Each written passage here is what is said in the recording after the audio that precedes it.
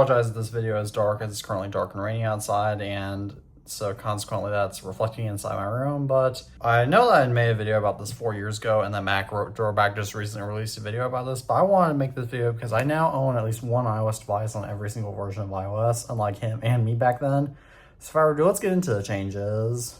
1.0, as Apple called it back in 2007 when it released, was the first version of software for the iPhone that came with just these apps and just a lock screen wallpaper. That's right, there was not even a home screen wallpaper. Firmware 1.1 did introduce a few new features. It introduced the iTunes Store, which let users purchase movies, TV shows, and music on their iPhones and iPod Touches directly without needing a computer to buy content and then sync it. Also introduced web apps, which were web pages optimized for iPhones and iPod Touches that users could bookmark on their home screen. Furthermore, it let iPhones double press the home button to pull up various functions such as opening the iPod app, which I can also do on the iPod Touch, although the iPod Touches start out with firmware 1.1.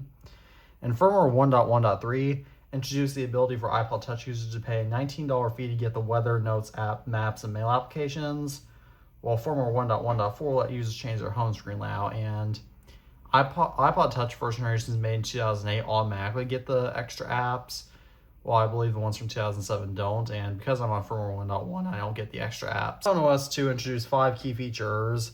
It added a dedicated contacts app to iPhones, which will let users view their contacts outside of the phone app. As you can tell on the iPhone and firmware 1.0, you just have to view your contacts in the phone app, but right here you can actually have a dedicated contacts app for that. It added the scientific calculator, and when flipping your device into landscape mode, which I'll showcase now, is on firmware 1.0.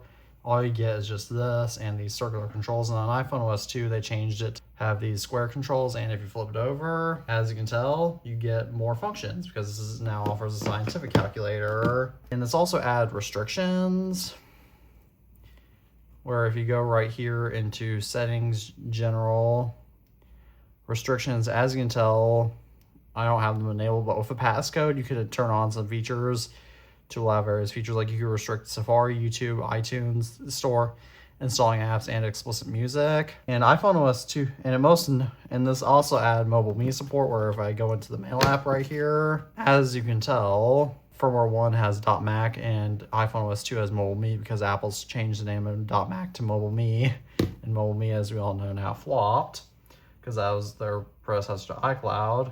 iPadOS 2 added the ability to take screenshots.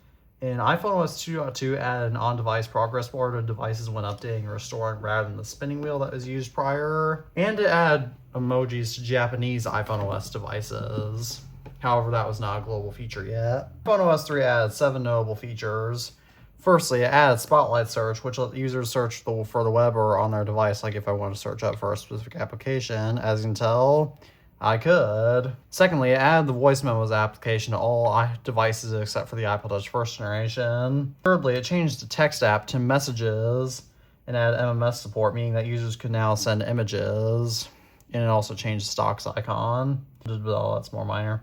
Fourthly, it let users swipe back in certain apps like calculator delete. So for example, if I type this, I can swipe back in order to delete. Sixthly, it added copy and paste functionality, so that way if I go into a note right here and type some various text in, as you can tell, or it added copy and cut functionality, so that way I could copy and cut it. Paste not come until later. Again, I apologize for this, but because I obviously don't have time to test every single iOS version, I have to remember most of these features and look some things up, so some of these features may be proven inaccurate. But seventhly, this did add Find My iPhone support. iOS 3.2 released with the original iPad in April 2010 and was the first version to be called iOS, although iPhones and iPod Touches did not yet receive iOS. iOS 3.2 also introduced the ability for home screen wallpapers, as you can obviously tell. iOS 4 was the first version of iOS to be called iOS on all devices and introduced 3 notable features. Home screen wallpaper support on all devices excluding the iPhone 3G and iPod Touch second generation. The ability to group applications into folders, and the multitasking bar on all devices excluding the iPhone 3G and iPod Touch second generation. The multitasking bar replaced the ability to double triple tap the home button. As on iOS 4, you can now use the multitasking bar to not only switch back and forth between recent apps and close them out like so, but you could also view basic media controls and set rotation lock. And on iPads, you could use it to control your device's brightness. iOS 4.1 introduced the Game Center application on all devices besides the iPhone 3G, which let users share scores and compete easily in multiplayer games. iOS 4.2 introduced AirPlay, which lets users mirror content on their iOS devices to their Apple TVs. And iOS 4.2 also introduced a new blue voice memos icon. iOS 4.3 introduced the ability for developers to add in-app purchases to their applications, and a new gray FaceTime icon for the iPod Touch and iPad. iOS 5 removed the iPod apps from iPhones and iPads and splits functionality into dedicated music, videos, and podcast apps. Add the Reminders app. Add iMessage support, which let Apple users text each other without carrier limits, which, mind you, back then there used to be carrier text limits. And the addition of iMessage also permitted for the Messages app to come to the iPod Touch and iPad for the first time. Furthermore, iOS 5 also added the Notification Center, where you could view various widgets in your notifications, which it's also added emoji support to all countries, meaning that, as you can tell, I can officially add type emojis right here. And this also in the Notification Center, you could tweet directly from there. And you also got iCloud on iOS 5, most importantly. Well, iOS 5 also added gesture navigation to iPads, where I could swipe up for the multitasking bar. And if I open an app right here, as you can tell, I can go ahead and just close it out like so. And iOS 5 also introduced camera access from the lock screen, although it required users to double press the home button on iOS 5.0.x. In iOS 5.1, added the ability to use volume buttons to take images. It was initially just the volume up button. And you could also use it to start and stop recordings. iOS 6.0 Beta 4 removed the included YouTube app, requiring all users to either visit the web or download the YouTube app in order to watch YouTube. iOS 6 also replaced the include Google Maps app with the then new Apple Maps. And it also added the Passbook app, which was the predecessor of the now Wallet app. iOS 6 also added Facebook integration to the Notification Center. And iOS 6 also introduced Do Not Disturb, which if I go into the Settings app, as you can tell, Do Not Disturb is a proper option. So that way you don't have to manually turn off all your notifications if you don't want to. And so that way you can avoid turning off airplane mode. iOS 6 also brought the Clock app to the iPad. iOS 6.1 changed the lock screen UI, so that way when you double press the home button, as you can tell, it brings up a different UI. And furthermore, iOS 6.1 also made the Passbook app more flat, which was a bit of a preview into what would eventually become the flat design of iOS 7, which we'll get into right now. iOS 7 replaced the skeuomorphic UI on previous iOS versions with a redesigned skin flat design, so it didn't introduce many new features besides having FaceTime as a standalone app on iPhones. iOS 7 slipped the multitasking bar into the control center and the app switcher. iOS 7 also introduced AirDrop on limited devices. Furthermore, iOS 7.1 did change a few design elements, most notably in the phone app, because the call button is slightly different. And it also made the slide to power off UI a little bit more circular, as you're probably a lot more familiar with this UI than this one. More iOS 7.1 also added CarPlay support, although it was on a very limited number of cars.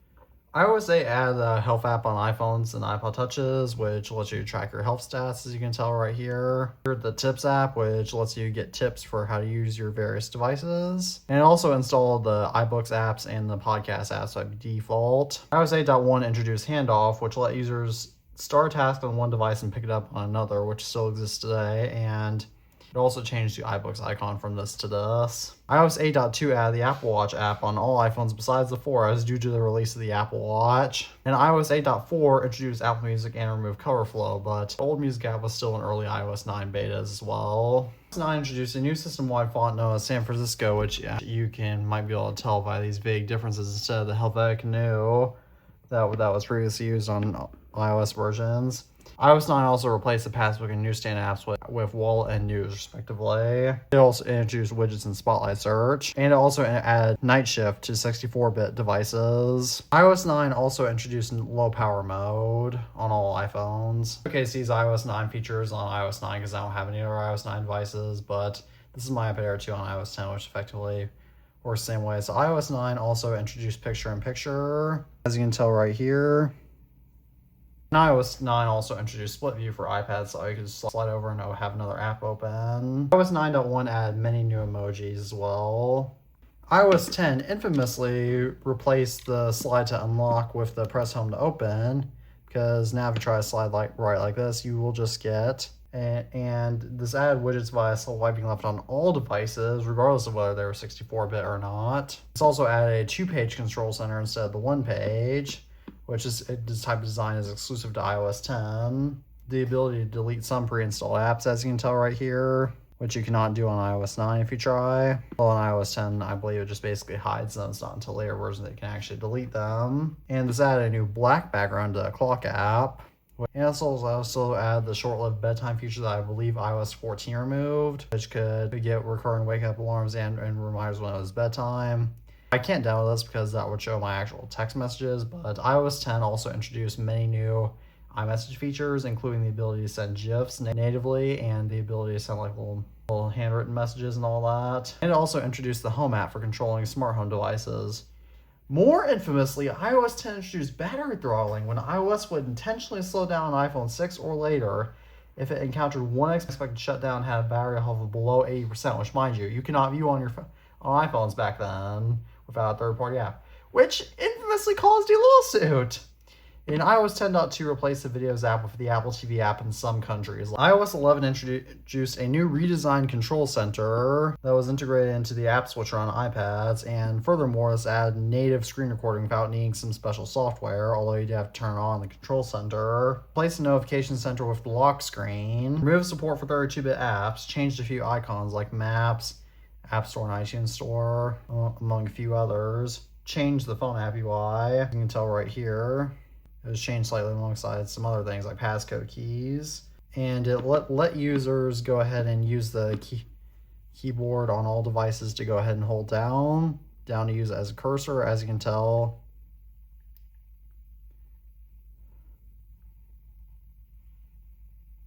You could do this, I believe, on 3D Touch iPhones beforehand, but that was a standard feature on all devices. And as a callback to firmware 1, Apple made the buttons in the calculator app round again, like in firmware 1. Furthermore, via accessibility features, iOS 11 added the ability to type to Siri and for dark mode. iOS 11.3 introduced battery health on the iPhone 6 and later as a beta feature as a response to the lawsuit with battery throttling. iOS 12 brought the stocks and voice memos apps to the iPad and famously also introduced iPhone 10 gestures to every iPad. So for example, if I go into the App Store app, as you can tell, I now have iPhone 10 gestures on every iPad, and they also moved the control center to the top right, which iPhones did not get. On the iPhone and iPod Touch and really all devices, iOS 12 most notably introduced the screen time, which screen time, what it does is it lets you set it lets you set not only screen time limits for yourself, but it also lets parents set screen time limits for their kids' devices. And iOS 12 also rebranded Apple Books or iBooks. iOS 12.1 added group FaceTime support on select iOS devices, which lets users FaceTime up to 32 people. iOS 12.2 added support for Apple News Plus, and stay the name of your device in the About page, which actually, if I can show you the difference right here via the General and About pages. As you can tell, they massively overhauled it for iOS 12.2, but as you can tell on my iOS 12.5.7, it says that it's an iPhone 6 Plus, while on my 10R it doesn't. And iOS 12.3 added Apple TV Plus support with a new icon and made the Apple TV app standard in all nations. iOS 13 added the swipe keyboard that lets users swipe when typing, as you can tell if I go into the Notes app right here. As you can tell, I can now do a swiped keyboard just like that to type stuff. I don't find it that accurate, but hey, you can do that if you want. Also add voice control via accessibility settings, meaning that if you go into accessibility right here, as you can tell, you can enable voice control, basically command your device entirely via your voice without having to trigger Siri. And iOS 13 also famously introduced dark mode outside of accessibility features, meaning that if you go to dark mode, as you can tell, just like this, it makes the UI dark. Pretty self-explanatory. And iOS 13 was also the version of iOS that rebranded Find My iPhone to just Find My. As you can tell, it's Find iPhone iOS 12, Find My on iOS 13. 13 was also the first iOS version that iPads did not receive, as iPads instead got iPadOS, which would automatically show the desktop versions of websites by default. iOS 13.1 changed the Apple TV icon to be black and white instead of black and blue, while iOS 13.5 alongside iOS 12.5 on devices that did not get iOS 13 but got 12 got support for exposure notifications, which would let people know if they were exposed to COVID-19 due to that pandemic. iOS 14 adds support for widgets on the home screen, so if I edit the home screen right here, as you can tell, I can hit add just like that, and just like that, I can add some widgets to my home screen if I want to. iOS 14 also famously invented the app library, so you can search through apps very easily. And in the weather app, it also started showing rain protection and air quality, which now, as you can tell, I can actually demo, which, as you can tell, it has air quality, and it doesn't say when rain is starting because apparently there's no rain starting in Cupertino. And then iOS 14 Beta 2, this is a feature exclusive to iOS 14, but they made the slide to power off background completely black. iOS 14 Beta 3, they made the music icon red again, just like in iOS 7 and early versions of iOS 8. iOS 15 added SharePlay, which lets users share content via FaceTime. Focus, which as you can tell right here is like an advanced version of Do Not Disturb that you can set different modes for, which as you can tell right here has radar, which you can view right here, which was default. iOS 15 brought the app library to the iPad, and it also added the ability to add home screen widgets. So that way right here, as you can tell, like that, I can add home screen widgets if I desire. iOS 16's big new feature was lock screen customization, which means that rather than changing your wallpaper by going to wallpaper right here and just selecting a wallpaper from here, you would instead select a wallpaper from here, and then you'd be able to customize it as so. And it also moved the lock screen notifications to the bottom by default. However, iPadOS 16 brought Stage Manager on the 2018, 2020, and 2021 4LC M1 iPad Air or newer. And it also introduced the weather app to iPads. iOS 16.1 infamously introduced clean energy charging, which would only charge iPhones when cleaner sources of energy were available, which is not available for most people. iOS 16.2 removed the Everyone option from AirDrop, which if I go into AirDrop right here, as you can tell, you can set it to have AirDrop contacts only everyone or else no one before. But they changed the Everyone option to everyone for 10 minutes, so that way people wouldn't get spammed with airdrops like what used to happen beforehand. 17 introduced the ability to download maps for offline use, and it also had near drops that lets data be shared between two iPhones by tapping them together or else having them kiss, as Craig Federini stated in this WWDC 2013 keynote when he unveiled AirDrop. Just like that, two iPhones have now kissed and they are now married. No, they're not actually married, but yeah. And it also redesigned the phone app, including the ability to set special screens when specific contacts are calling. On the other hand, iPadOS 17 added the Health app and lock screen customization to the iPads, as you can tell right here. iOS 18 redesigned the control center. As you can tell right here, it slightly redesigned it, and you can massively customize toggles now. This brought back the multi-page control center that had previously been seen in iOS 10. And it also redesigned the calculator app massively, so that way it would feature math notes and currency conversion, as you can tell right here. And it infamously redesigned the Photos app, which I cannot show you guys because that would show my actual photo library, which is too personal. iPadOS 18 finally received a calculator app built in. iOS 26 introduced Apple's new liquid glasses deck that's meant to resemble real-life glass, and to add polls to iMessage group chats. As always, thank you all for watching this video. I am the iTunes fanboy, and peace out.